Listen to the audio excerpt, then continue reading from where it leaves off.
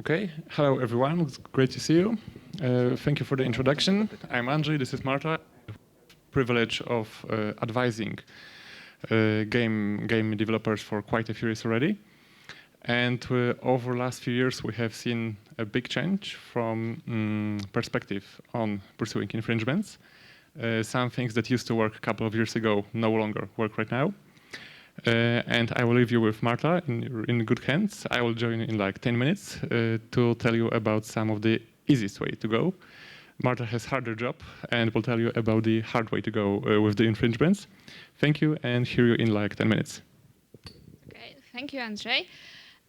So just to set up the mood, I would like you all to imagine that you have worked so hard to put your game on the market, and you are just, everything's going great, you are just chilling, minding your own business, and suddenly you are informed that there has been an infringement. So what do? First off, don't call cops yet. In the past, well, they might be the best course of action, especially with box distribution. However, now with mobile apps and online distribution of games taking the lead, it might not be the best solution. So, in the past, they of course were the best solution. It was costless, basically, and you could just report your case and sit and watch. So what can you do now? So maybe call your lawyer. Well, yes, of course, you should always call your lawyer, check on him from time to time. It would be really nice. However, before making any decision, you should always consider what is your intended effect. What would you like to achieve? In this case, of course, this is taking down the infringing content, and you can do this basically in a few ways. First off, you can start with negotiations. You can try to send a cease and desist letter. However, you have to know where to send it. So you have to know who is standing behind such infringement.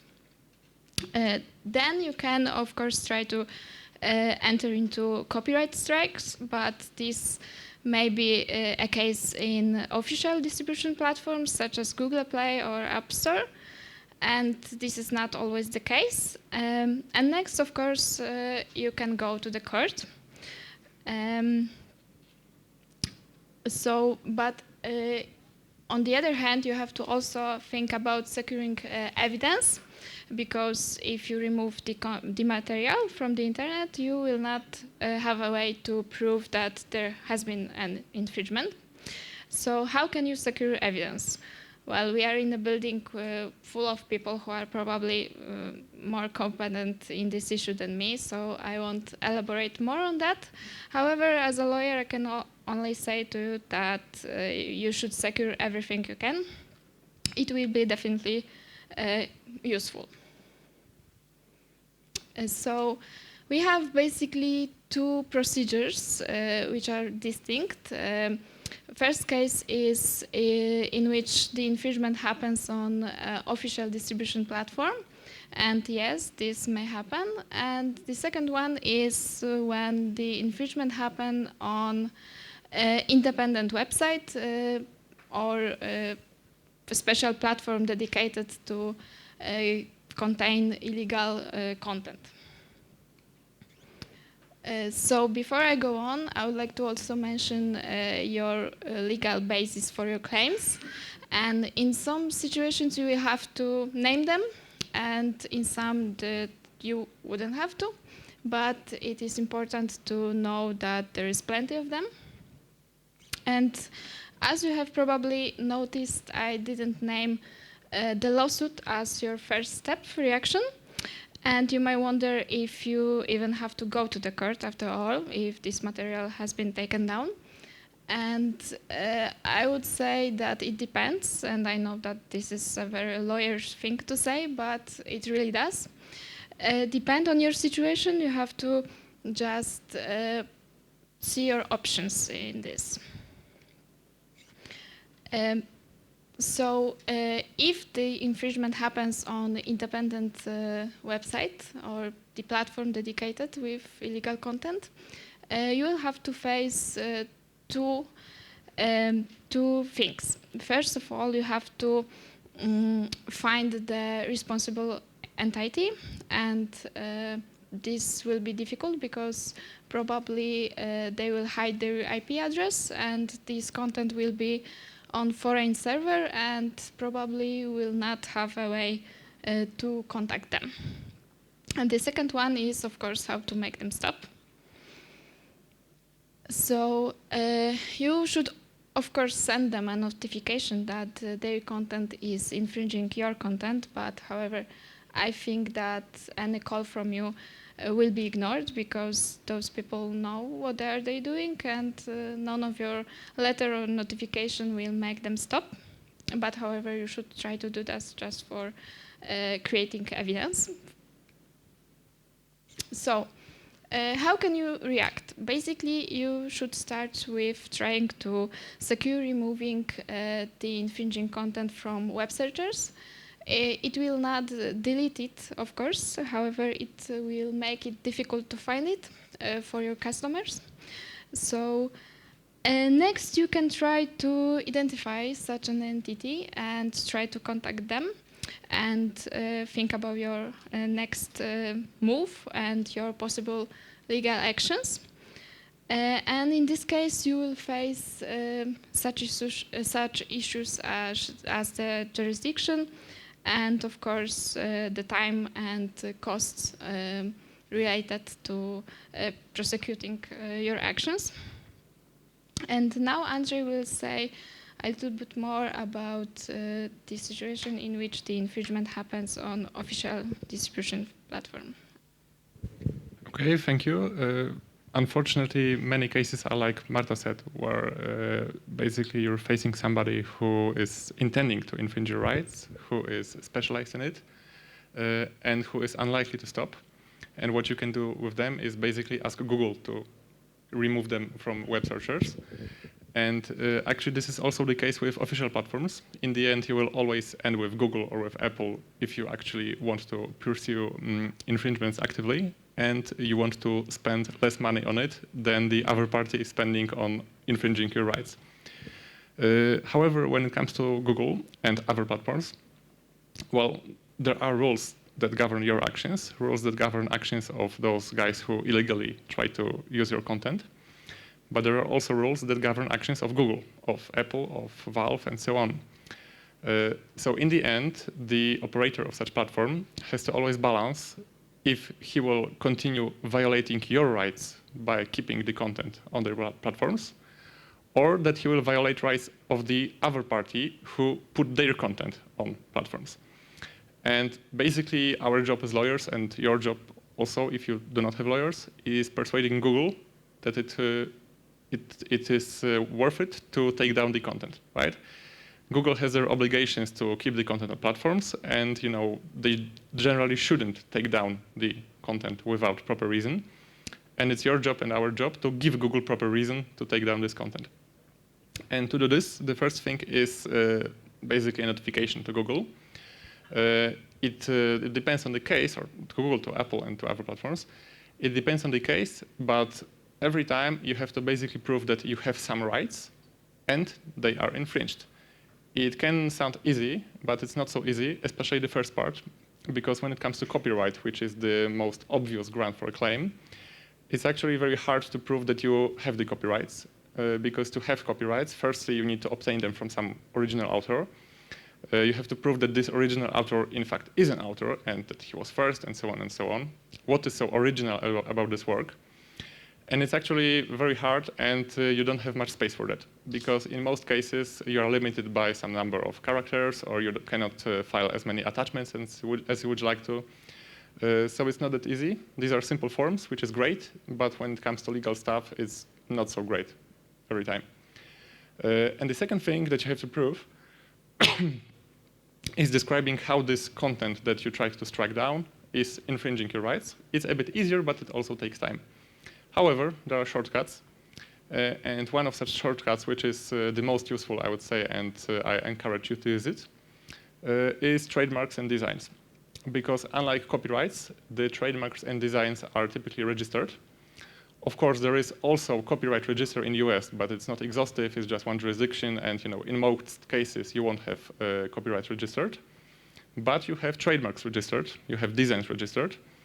And this is a good way to go, because if you have your trademark or design in proper register, you're like one step ahead. You already have proven that you have your right, and you only need to explain how this right is infringed. Anyway, how to do this, right? You still have to prove how your right is infringed. And this is what Marta said, basically. Well, use anything possible. This is not a court. It's Google, it's Apple, it's Valve. You are not bound by some formal procedure. Feel free to use anything you can. Just remember that you might face some difficulties with adding as many evidence as you would like to. And keep it simple, because sometimes lawyers engage on the Google part, of course, but AI supports it. Some ordinary people, let's say, check these things, and it's not so good to actually engage in very legalese language and so on. Just show them with screenshots that you have something that you had prior, and how it is similar to your content. Okay. Next thing with the trademarks and designs, it's maybe not so connected with the infringements, but I think it's the key reason to go this way. We are talking about evidence a lot. It takes a lot of time. It takes money to produce this evidence. And trademarks, well, are very cheap and actually create money. Same with designs. This is one of the options to go, and you should do this if you haven't already. Not only this will allow you to pursue infringements easier, but most importantly, it's something that your company should already have, your investors should have already, and they create value by either licensing. It's like the most valuable asset that you can have other than people in your gaming studio. And then you can always sell a trademark. You can sell your franchise, continue going on with your studio, but sell a franchise that you have. So this is very easy way to not only pursue infringements, but also to actually earn some money in the process. Okay, now let's imagine a very good case that you have successfully registered your trademarks, you had them at hand when needed, you issued a notice for Google or Apple to take down some other application. Everything went perfectly fine, they took it down. What happens next day? Well, somebody re-uploads the application again. So you start from the very beginning, and not to do so, well, designs come to play. Because registering a design is very easy, and with trademark, which protects typically your brand, your name, it's very easy to change naming in the application, re-upload it. You have the same app with a bit different name, so it's very easy to circumvent in this case. However, when you register a proper design, you can have your layout protected, your user interface, your icons, those things that you actually created that make games similar or different. And if somebody tries to circumvent a design, well, it's good for you, because they will change user interface, they will change icons, they will change these things about the game that make them look some way. So this is your victory, basically. Even if somebody re-uploads this application with similar mechanics, but with different interface and icons and so on, well, you have succeeded. And in the end, well, we are lawyers, but we haven't spoken so much about lawsuits, which may come to mind as the first course of action. Well, do not do this. People don't sue each other so often. It's extremely costly, especially in US. In Poland, it's not as costly, but still costs a lot. And in the end, if you see somebody, you will spend more money winning than you would lose money from copying, to be honest. There are, of course, different cases, and sometimes it's worth it to know what are your rights actually. But you should be aware that even if you win a verdict, you get a good verdict for you, there is always a matter of execution. And if a company is focused on infringing rights, it's their business. They very often have servers in some country where you cannot reach, like some exotic countries or Russia right now. So, even if you have a verdict, it's very hard to actually use it properly. However, there are cases, very few cases, but important ones, where you actually should know what your rights are regarding court procedures, because sometimes you face a legit company that infringes your rights. There are rare but happening cases where you have Ubisoft on one side, EA on the other, and so on. In Poland, it happens as well. And we had some cases in our experience. And in the end, you will most likely reach agreement. And people in the game dev community, they know each other mostly, and it's quite easy to reach an agreement compared to other businesses. However, you have to show first that you know your business, that you have a lawyer supporting you, that you know your rights, like that you can forbid somebody from exploiting your rights, from distributing a game, from copying your rights, and so on and so on. And basically, you should be aware of that, because if you start seriously, then the other party is, of course, motivated to reach a deal with you because they are aware that you know how to go to court. Maybe you will not, but you know how to do this, that you know your rights, and this is the case where cease and desist letter has to be strong and have some serious grounds, because the better you prepare it first, the more chances are that you will actually reach good agreement. Okay, so this is very simple, as you can see, from the perspective of lawyers, but it's not so simple from the perspective of you, because one day you might have this application popping up and you're wondering what to do. So if you were to remember a couple of things, well, first, register your rights, get those trademarks and designs to be prepared later. Second thing is, well, be ready to contact Google. I mean, call your lawyer, of course, is the best thing to do, but already prepare some screenshots, some press releases, and so on, something that you can show to your lawyer and to Google to persuade somebody. Remember perspective of Google, that you have to be persuasive enough that they want to take down the content rather than keep it. And don't go around suing everybody, because you will end up spending a lot of money rather than saving your business. So, and just to cheer you up, it's not like there is no copyright register and you cannot rely on the police. Like Andrzej said, just call your lawyer. Thank you very much.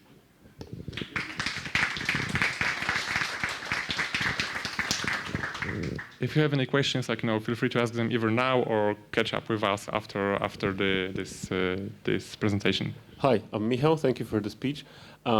So I had pretty much two questions. One was that, well, I can imagine you said that suing people costs a lot of money, and it's better not to do that, not to do so.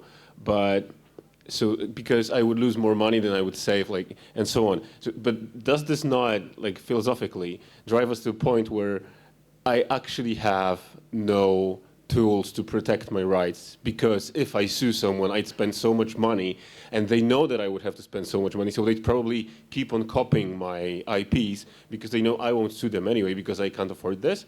And then you mentioned that there are cases that end up in the court or not. Would you, could you tell about one or two those things that happened? Okay, so these are very good questions. First thing, like you say, there are legal grounds for this, but these companies who specialize in infringing rights, they know how to avoid them, and indeed it is hard to face them. However, this trademarks and designs case is quite good because they are smart, right? They don't just they are not dumb people copying everything. They target prospective applications, and they can see if somebody protects rights, if they have those designs and trademarks protected or not. And if they have 10 potential companies to copy their games, they will first target those which do not have any rights protected. Of course, there are some exceptions, when you have an application with not millions but billions of downloads, you will most likely lose more than it takes to go for lawsuits. And we wish you all having applications with billions of downloads, but there is not as many of them. So yeah, those companies typically target other companies which they can see they do not protect rights. So registering all those rights is a good way to prevent actual infringements in the first place. And you also asked about the cases. It's a hard question because we have those cases, but we are lawyers and we cannot tell about our cases. Your cases, but yeah. in general, your lawyers you follow, you know who sues who. Yeah, I can give you a good example from Poland, actually.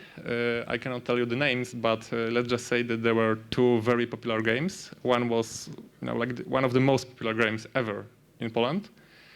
And the other one was not so popular, but was a couple years earlier with a title which was very, very similar to a game that later came around.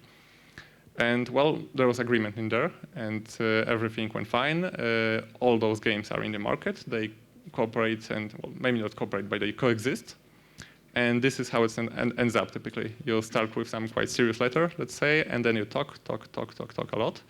Your lawyers talk, your CFO talks, your management talks, your CEO talks, and after about a year of talking, you end up with good agreement. And this is good course of action. This is how it should be handled, because it's just a year of talking, which costs a bit, of course. But on the other hand, you can have a 10-year dispute in court. And it's still much better. There is not so many disputes in courts. There is big dispute, of course, between Epic and Apple, but it's about payments and directly money, not infringing anything. So this is like a huge case. There was a very funny case about which Kinga from CD Projekt said yesterday, and it's quite renowned case, and it's a good one to bring up, because it was not so simple, and it's a good example about how it is hard to think about all scenarios. It was about religious community which had problem with using the cathedral image. And I won't talk about buildings protection because it's another case, but they have some protection, to say the least. But the company using this image had full rights to it. However, somebody felt offended. And this is a good example how you can be perfectly prepared, you can have all your rights registered, you can do legal research, you can be certain that you have rights to use some image, but in the end, somebody can just get offended. And even without serious legal grounds, they can sue.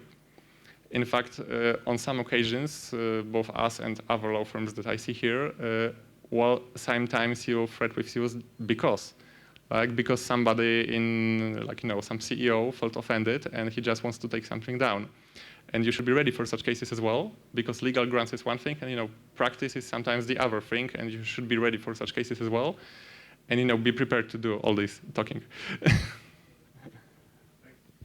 So there's also one useful tool which you can use. You can file for a preliminary injunction, and it basically states that the content in question has to be taken down no matter what, no question asked. You don't have to prove.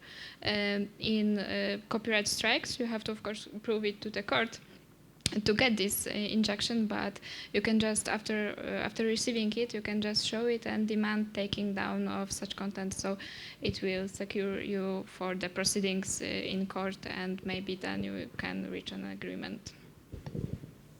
It's actually a very useful tool that Marta mentioned. It's also a bit costly and risky, but it's a good thing to do if you really want to sue somebody. Like the level of evidence that you have to provide, it's not like fully certifying that something happened, but so-called making it probable that something happened. And it's very useful, but you shouldn't abuse it, because if something goes wrong, you are responsible for damages that were caused by taking down some application. But you should be aware of this option, and yeah, it works in Poland very well actually. In US, it works very well, but you have to know that if you go this way, you have to follow up with a lawsuit later. So it's a simple way, but that leads to some more effort in the end. Any questions?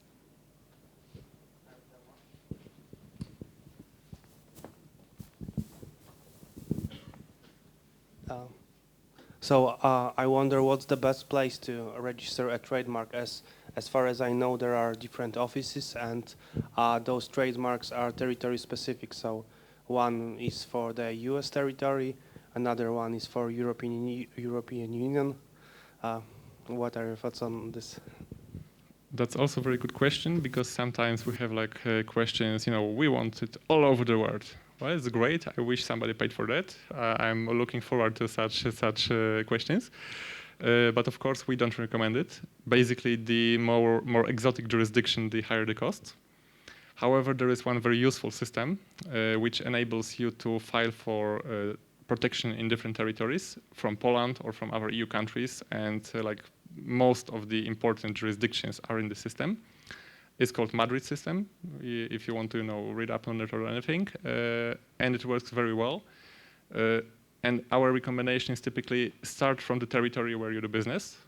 Most typically it will be EU IPO, so European Union, and then follow with extension of protection via this Madrid system, which is called, to China, Japan, US, Korea very often, and China, of course, and Canada and Australia and so on. And at some point you want to limit this because the more territories, the higher the costs. But it's quite cheap to obtain protection in those most important jurisdictions where actually you have some business. And it's not a very big cost. For lawyers, I don't want to give everybody our rates, but the rates are very similar across the Europe because this is, same service rendered by most of the law firms in Europe. So it's quite uniform across the Europe. And typically the office fees will be more than the law firm fees, actually. So it's quite affordable. But typically it's good to start from the place where you do business because this is something that also your investors will check if you have some funding. This is like the basics. And for extension protection, you have some time. You can do this anytime. Although it is also, of course, it is better to start from it. Because when it comes to trademarks, it's always the first the better. Like, first come, first served. And it can be a situation where you apply for some protection locally. Guys in China, in Russia, and Turkey see it and, file for something in their countries already.